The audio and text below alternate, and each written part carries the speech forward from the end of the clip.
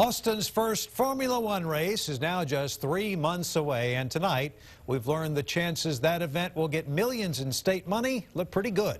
KXAN's political reporter Josh Hinkle has followed this controversial story for more than a year now, and he joins us now live with the latest developments. Now, Robert, Texas Comptroller Susan Combs is the shepherd of the Major Events Trust Fund. That's a fund used to attract big business to the state. Based on an economic study the F1 Organizing Committee put together, her office did its own analysis and found F1 should receive just over $29 million, about $25 million from the state and about $4 million locally, but it's not a done deal. Formula One is going to be doing fine. Ask Comptroller Combs, and F1 stands to bring in a lot of money. So much that she just sent this letter to the city of Austin saying the Major Events Trust Fund is now in play. It's based on our analysis and based on them having the event. Well, we think it's realistic.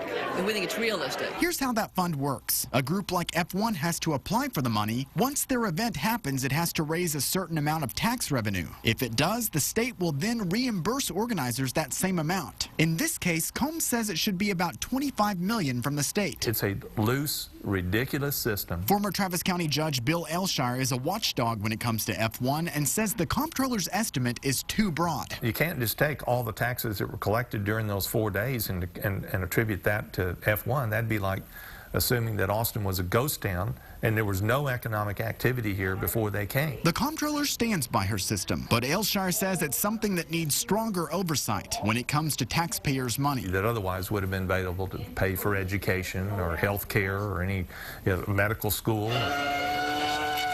But Combs says F1 won't get the money until after the race, and only if it holds up to its end of the bargain as an economic success. There's not been a single dime spent on, not by the state. It's all been privately funded.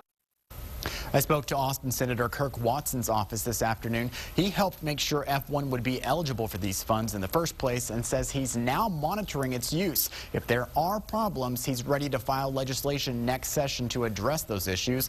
Also, he supported another bill that became law last session for check and balance. It requires the comptroller to look back at the economic impact after the race, then post that report online for the public to view. Josh Hinkle, KXAN News.